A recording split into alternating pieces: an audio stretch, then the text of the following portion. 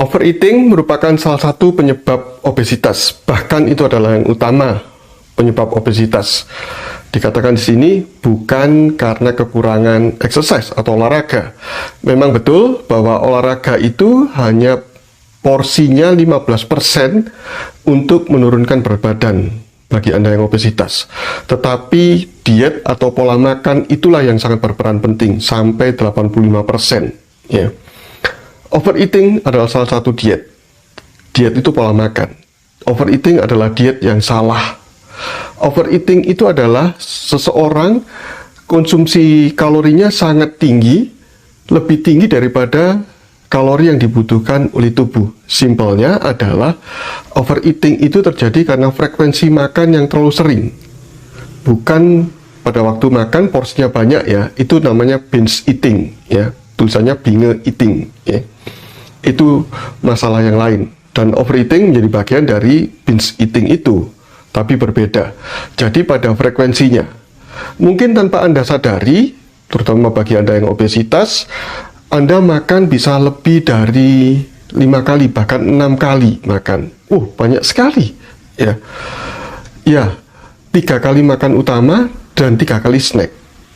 Contoh, waktu Anda makan seharian itu adalah pagi sarapan jam 7, kemudian jam 9, jam 10 mulai terasa lapar, sehingga mau makan juga kok terlalu dekat dengan sarapan, maka yang dilakukan adalah snack, ya.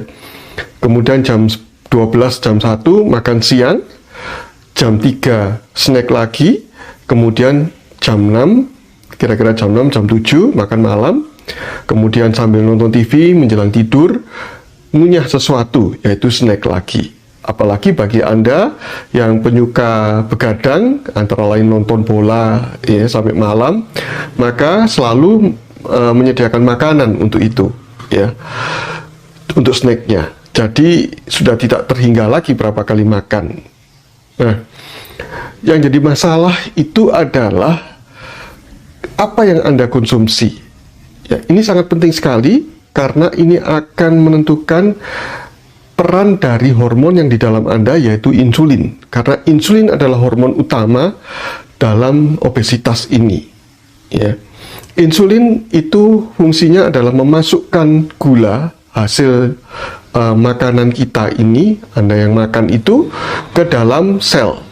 Insulin menjaga agar gula darah itu selalu stabil di bawah 100, agar tidak terjadi komplikasi atau kerusakan pembuluh darah karena banyaknya gula di dalam pembuluh darah atau lamanya gula di dalam pembuluh darah. Karena segera mungkin dia nggak senang sekali ketika lihat gula darah beredar di dalam darah itu, segera dimasukkan ke dalam sel, ya. Itulah tugas insulin. Jadi insulin akan sangat peka sekali pada karbohidrat. Ketika Anda makan banyak nasi, mie, atau lauk pauk yang selalu diseliputi tepung, ya, ataupun minuman manis, apapun itu bentuknya, selalu ada gula di dalamnya, ya, dan makan karbohidrat yang lainnya, umbi-umbian dan sebagainya, ya. Ketika Anda makan lebih banyak seperti itu dibandingkan dengan lauk hewani, contohnya saja, apakah Anda makan sate banyak-banyak, ya, telur, ikan goreng, ayam goreng, ya, tanpa tepung tentunya. Bebek goreng pun baik, bahkan jeroan pun nggak masalah sebenarnya, asal Anda menghindari karbohidrat itu. Ketika dampaknya karbohidrat yang banyak dimakan, coba amati, ya, apakah Anda makin kurus atau makin gemuk, ya. Anda tanya ke teman Anda atau saudara Anda yang mengalami obesitas, lebih banyak makan karbohidrat simpel tadi itu, yang cepat diubah menjadi glukosa atau fruktosa, gula-gula simpel di dalam darah, ya, ataukah lebih banyak makan protein dan lemak dari hewani? Saya yakin kebanyakan pasti karena makan karbohidrat, kan? Nah, seperti pada infografis atau grafis yang saya tayangkan ini, Anda bisa lihat ketika frekuensi 6 kali makan, maka insulin akan naik kadarnya. Dan ketika insulin naik, maka yang terjadi adalah penyimpanan lemak dan pembakaran lemak itu akan dihambat. Penyimpanan terjadi, lemak yang mau keluar untuk dibakar malah di stop oleh insulin. Dan insulin itu tadi saya katakan dia tidak senang ada gula di dalam darah, karena itu segera dimasukkan. Ketika gula segera dimasukkan dari makan tadi itu, dalam waktu 1-2 jam, maka gula darah akan turun crash, turun drastis, mencapai titik terendah. Dan itu membuat otak mengatakan, ayo tambah lagi, aku kekurangan gula loh, ya. Karena itu otak memerintahkan kita untuk apa? Makan. Bukan karena Anda rakus, ya. Rakus itu nafsu, tetapi ini karena otak lah yang menyebabkan Anda harus makan. Dari mana? Dari insulin, kerja insulin. Dan kerja insulin dari mana? Anda makan karbohidrat banyak-banyak, itulah sebabnya. Karena itu ketika jam 7 makan, sarapannya pasti banyak nasinya. Nasi kadang-kadang dengan roti, ya.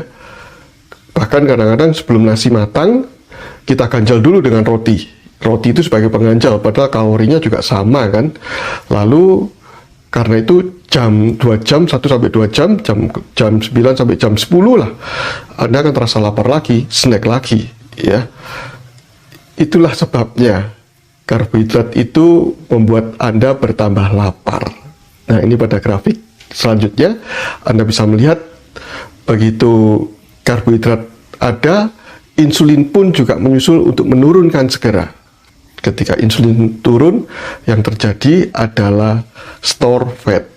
Jadi dia akan menyimpan lemak jadinya. Baik porsi lemak itu sendiri maupun karbohidrat yang seharusnya dipakai untuk energi ketika dimasukkan ke dalam sel, tidak dipakai oleh energi oleh Anda. Tidak bergerak. Ya. Mengapa harus menggerakkan itu, tapi ternyata tidak bisa digerakkan? Anda bisa lihat pada snack. Ya, ini snack di samping-samping ini adalah snack. Bagaimana kalori dari snack itu? Contoh saja, pizza 2 slice kecil itu setara dengan 1 porsi nasi pecel. Karena nasi pecel itu 1 porsinya kira-kira 500-600 kalori. Ya, untuk menghabiskan 500-600 kalori itu, maka harus bersepeda lebih dari 1 jam. Bayangkan seperti itu, ketika dikonversi untuk pekerjaan, berapa banyak yang harus kita kerjakan, ya, dalam 1 jam untuk menghabiskan porsi itu.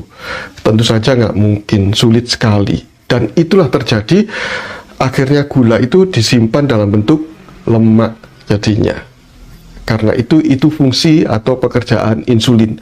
Dia menimbun lemak dan menghambat pembakaran lemak. Kapan langsingnya? Nah, inilah sebabnya ketika Anda overeating tadi itu dan banyak karbohidrat lagi, itulah sebabnya. Ya. Jadi solusinya bagaimana? Maka Anda harus mengatasi overeating itu, frekuensinya. Mulailah tanpa snack, hindari snack. Sehingga pada grafis berikut ini Anda bisa lihat ketika snack itu dikurangi, maka yang biru-biru itu adalah fase puasa, fase pembakaran lemak terjadi. Ya. Penimbunan lemak berhenti, pembakaran yang terjadi. Itu saja saya yakin pasti berat badan Anda akan turun. Cukup 3 kali makan saja. Ya. Kemudian perhatikan, kalau bisa Anda mulai mengurangi karbohidrat dalam makanan Anda. Ya. Karena mekanisme hormon insulin tadi itu kan, ya. Nah, ketika Anda sudah bisa melakukan diet ini, yaitu hanya 3 kali makan saja, maka Anda bisa meneruskan dengan pola diet yang murah, mudah, sangat menyehatkan, yaitu intermittent fasting, puasa berjangka. Ya. Targetnya adalah minimal 16 jam puasa, 8 jam jendela makan. Bagaimana caranya? Anda bisa simak di dalam link di bawah ini yang saya cantumkan. Pada video-video yang lain saya sampaikan mengenai apa itu intermittent fasting, manfaatnya, dan cara melakukannya supaya Anda nyaman. Dan ingat, pola diet yang baik adalah pola diet yang dilakukan, bukan diwacanakan saja. Ya, bukan dibicarakan saja, bukan dicari kesalahannya saja, tapi yang dilaksanakan. Ya, bukan milih-milih dulu, tapi segera laksanakan. Kemudian laksanakan sebagai pola hidup yang terus-menerus. Pilihlah pola diet yang sustainable, yang bisa terus-menerus dilakukan. Ya, bukan diet on-off, ya, diet yo-yo. Itu sangat menyulitkan Anda untuk mengontrol berat badan. Yakinlah, karena banyak contohnya tentang hal itu. Ya. Terima kasih sudah menyaksikan video dari saya. Bila video ini bermanfaat bagi Anda dan menarik bagi Anda, silakan bagikan kepada yang lainnya. Karena yang lain juga membutuhkannya. Apalagi dalam rangka World Obesity Day, dalam Hari Obesitas Sedunia, WHO mencanangkan everybody need to act. Jadi setiap orang harus beraksi untuk mengatasi problem obesitas di dunia ini. Anda pun bisa berperan dengan membagikan video ini bila memang bermanfaat bagi Anda. Terima kasih sudah menyaksikannya. Salam sehat dari saya, Dr. Oi.